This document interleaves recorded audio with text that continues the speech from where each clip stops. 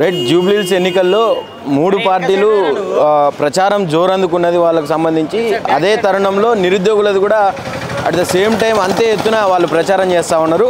ప్రస్తుతం ప్రతిచో ఉన్నారు. మాట్లాడదాం అసలు ఎట్లా జరుగుతున్నది వాళ్ళ ప్రచారం అని చెప్పి. ఏం చెప్తారండి? మీ నిరుద్యోగుల తరఫున కూడా నామినేషన్లు వేసారు, ప్రచారాలు మీరు కూడా విస్తృతంగా చేస్తూ ఉన్నారు. ఏం చెప్పాలండి? అయితే ముందుగా ఎవరైతే మన నిరుద్యోగులు ఉన్నారో ప్రతిరోజు మేము నామినేషన్ వేయడం జరిగింది, ప్రతిరోజు ప్రచారం చేస్తూనే ఉన్నాము. సో ఈరోజు మన జూబ్లీహిల్స్లో కాంగ్రెస్ ప్రభుత్వం వస్తే జోష్యం ఎట్లా ఉంటుంది అని చెప్పేసి చిలక జోష్యం చెప్పించాము. సో మనందరికీ తెలిసిందే, కాంగ్రెస్ ప్రభుత్వం వస్తే, కాంగ్రెసే కాదు దాని కాంగ్రెస్ అనేసి మనం అందరం పేరు పెట్టుకున్నాము.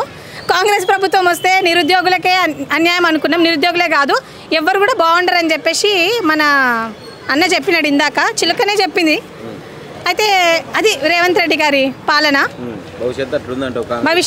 భవిష్యత్ అట్లనే ఉంది. మనం ఆల్రెడీ నిరుద్యోగులు అనుభవిస్తున్నారు, తర్వాత జూబ్లీహిల్స్ ప్రజలు కూడా అనుభవిస్తారని చెప్పేసి చెప్తున్నారు. ఇప్పుడు జూబ్లీహిల్స్లో ప్రధానంగా ముస్లిం మైనారిటీ ఓట్లు ఎక్కువ ఉంటాయి, కొంచెం మెజారిటీగా వాళ్ళకి ఇప్పుడు అజరుద్దీన్కి మంత్రి పదవి అని చెప్పిండు. దానివల్ల కాంగ్రెస్ గెలిచే అవకాశం ఏమైనా ఉంటుందా? అసలు ఎట్లా అనుకుంటున్నాను? అయితే నేను రేవంత్ రెడ్డి గారికి కానివ్వండి, ఇక్కడున్న నా ముస్లిం సోదరులకు, మిగతా వాళ్ళందరికీ కూడా నేను ఏం చెప్పదలుచుకున్నా అంటే, इकड़ुना मेरे जो भाई और बहनों जो भी है सबको मैं एक बात बताना चाहती हूँ, अज़हरुद्दीन को मिनिस्ट्री देने से क्या आपकी ज़िंदगी में कुछ बदलाव आता है क्या? అజరుద్దీన్ కంటే సీనియర్ లీడర్స్ ఉన్నారు కాంగ్రెస్ ప్రభుత్వంలో, ఫెరోజ్ ఖాన్ లాంటి లీడర్లు ఉన్నారు. మరి వాళ్ళకి ఎందుకు మంత్రి పదవి ఇవ్వాలి? ఈరోజు సడన్గా జూబ్లీహిల్స్ ఎలక్షన్స్ ఉన్నప్పుడు ఎందుకు గుర్తొస్తుంది రేవంత్ రెడ్డి గారికి అజరుద్దీన్ గారికి ఇవ్వాలని చెప్పేసి? ఇదంతా జూబ్లీహిల్స్ ఓటర్ల కోసం అండి. నేను ఇంకో విషయం అడుగుదాం అనుకుంటున్నా. ఈరోజు ముస్లిమ్స్ కంటే కూడా గిరిజనులు కూడా ఎక్కువనే ఉన్నారు. గిరిజనులల్లో ఒక్క మంత్రి కూడా లేరేంది? ఎందుకు వాళ్ళకి మినిస్ట్రీ ఇవ్వద్దు? ఎందుకు అజరుద్దీన్ గారికి మినిస్ట్రీ ఇవ్వాలి? ఈరోజు అజరుద్దీన్ గారి టెన్యూర్లో ఏదో వరల్డ్ కప్ ఏదో కప్ వచ్చిందని చెప్పి మన రేవంత్ రెడ్డి గారు. అయితే నేను అదే అడుగుతున్నా, ఆయన కెప్టెన్సీ చేసినప్పుడు కపిల్ దేవ్ ఏంది మరి చిల్లర అమ్ముకుంటున్నాడా? చేతులు ఇట్లా చప్పట్లు కొట్టుకుంటున్నాడా? ఆయన ఏం చేసి అజరుద్దీన్ గారు ఏం చేసిన అనేది మొత్తం తెలుసు, ప్రపంచాన్ని అందరికీ తెలుసు. రేవంత్ రెడ్డి గారు కేవలం జూబ్లీహిల్స్ మైనారిటీ ఓట్ల కోసం చేస్తున్నారు. మైనారిటీ సోదరులు ఒకటి గుర్తుపెట్టుకోవాలా, అజరుద్దీన్ గారికి మినిస్ట్రీ ఇచ్చినంత మాత్రాన మీ జీవితాలు బాగుపడవండి, అది గుర్తుపెట్టుకోండి. ఏదైతే రేవంత్ రెడ్డి గారు చేస్తున్నవన్నీ పిఆర్ స్టంట్లు ఆయన గురించి ఆయన చేసుకుంటున్నవి. సో ఆయన మాట్లాడుతూ మొన్న ఒక సభలో మాట్లాడుకుంటూ మీటింగ్లో ఇక్కడ కాంగ్రెస్ని తప్ప ఏ పార్టీని గెలిపించినా బీఆర్ఎస్ని గెలిపిస్తే అసలు ఇప్పుడు ఇచ్చేటటువంటి హామీలన్నీ పథకాలన్నీ ఆగిపోతాయని చెప్పి మాట్లాడుతున్నాం. లిటరల్గా వాళ్ళకు పథకాల పేర్లతో సహా చెప్పి ఇవి ఆగిపోతాయి, ఇవి బంద్ అవుతాయి అని చెప్పి మాట్లాడుతూ ఉన్నారు. అసలు ఎట్లా తీసుకోవాలి ప్రజలు? మీరేమనుకుంటున్నారు దాంట్లో గురించి? నేను ఒక చిన్న విషయం చెప్తాను. నేను కాదు, యావత్ తెలంగాణలో నిరుద్యోగులు మాత్రమే కాదు, మిగతా వాళ్ళందరూ మాట్లాడుకునే విషయము. నేను కాదు, నాకు పంపించారు చాలామంది నిరుద్యోగులు, నేను చెప్పి మీకు వినిపిస్తాను. ఇదేమి కాంగ్రెస్ రాజ్యం, ఇదేమి కాంగ్రెస్ రాజ్యం, దొంగల రాజ్యం, దోపిడీ రాజ్యం, రాబందుల రాజ్యం, రైతుల ఆత్మహత్యల రాజ్యం. అవునో కాదో మీరే చెప్పాలా? ఓకే, బువ్వ వల్ల గురుకుల పిల్లలు ప్రాణాలు తీసిన రాజ్యం ఈ కాంగ్రెస్ రాజ్యం. హైడ్రా పేరుతో సక్రమంగా ఇల్లు కట్టుకున్నప్పుడు ఆ ఇళ్లను మొత్తం కూల్చేసి వాళ్లకు నీడ లేకుండా చేసిన రాజ్యం ఈ కాంగ్రెస్ రాజ్యం.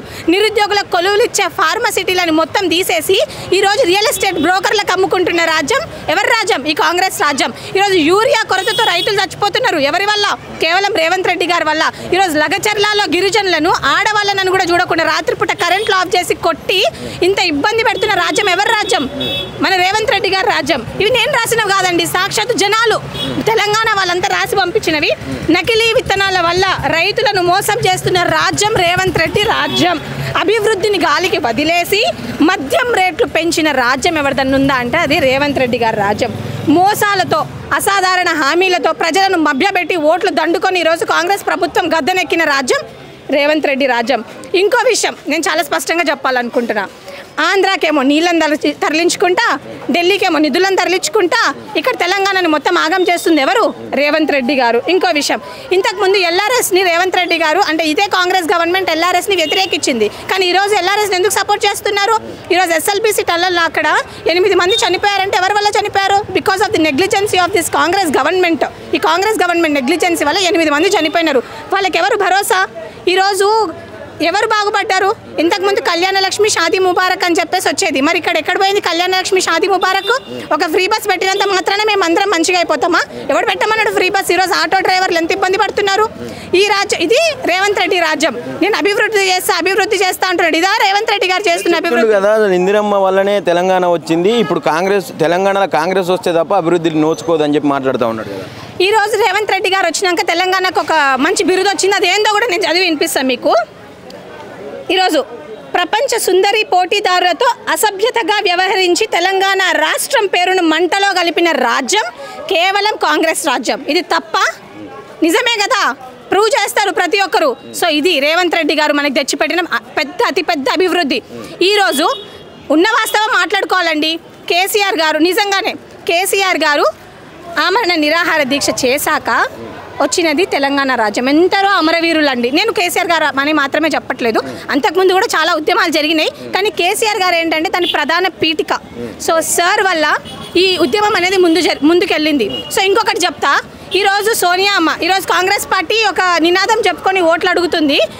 సోనియా గాంధీ గారు తెలంగాణ ఇచ్చినారో అని చెప్పేసి అంటున్నారు. నేను సోనియా గాంధీ గారిని సూటిగా అడుగుతున్నా, ఎంతమంది అమరవీరులు చనిపోయినారు?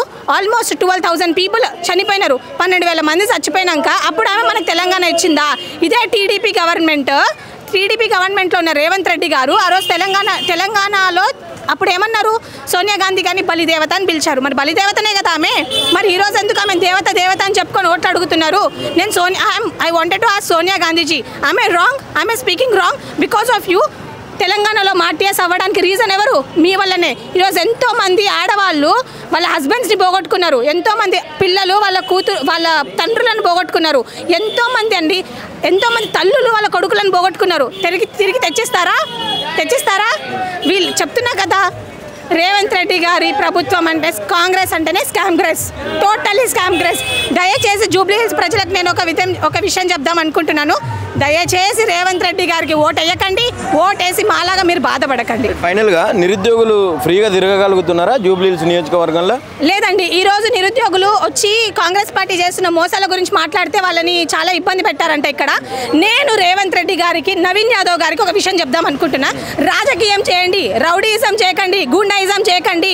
ఈరోజు ఎవరైతే రాహుల్ గాంధీ మాట్లాడుతుంటారు కదా సోషల్ జస్టిస్ డెమోక్రసీ అని చెప్పేసి, ఇదేనా సోషల్ జస్టిస్ డెమోక్రసీ? ఈరోజు మాకు రైట్ లేదా? రోడ్ల మీదకి వచ్చి అడిగే రైట్ మాకు లేదా? అదే చెప్తున్నా, రాహుల్ గాంధీజీ वो जो संविधान है ना उसको छोड़ के आओ. మీరు సంవిధానానికి మీరు రెస్పెక్ట్ ఇవ్వట్లేదు. మీరు పట్టుకునే సంవిధానంలో రిజర్వేషన్ గురించి ఉంటుంది, సోషల్ జస్టిస్ గురించి ఉంటుంది, ఈక్వాలిటీ గురించి ఉంటుంది. ఎవరైనా విద్యార్థులను కొడతారా? ఈ రోజైనా ఐకాన్ ఆఫ్ యూత్ అని చెప్తున్నారు కదా రాహుల్ గాంధీజీ. నిరుద్యోగ జేఏసీ అని చెప్పి టీషర్ట్ వేసుకొని తిరుగుతున్నారు. మీరు పేడ్ ఆర్టిస్టులు అని చెప్పి మాట్లాడుతూ ఉన్నారు.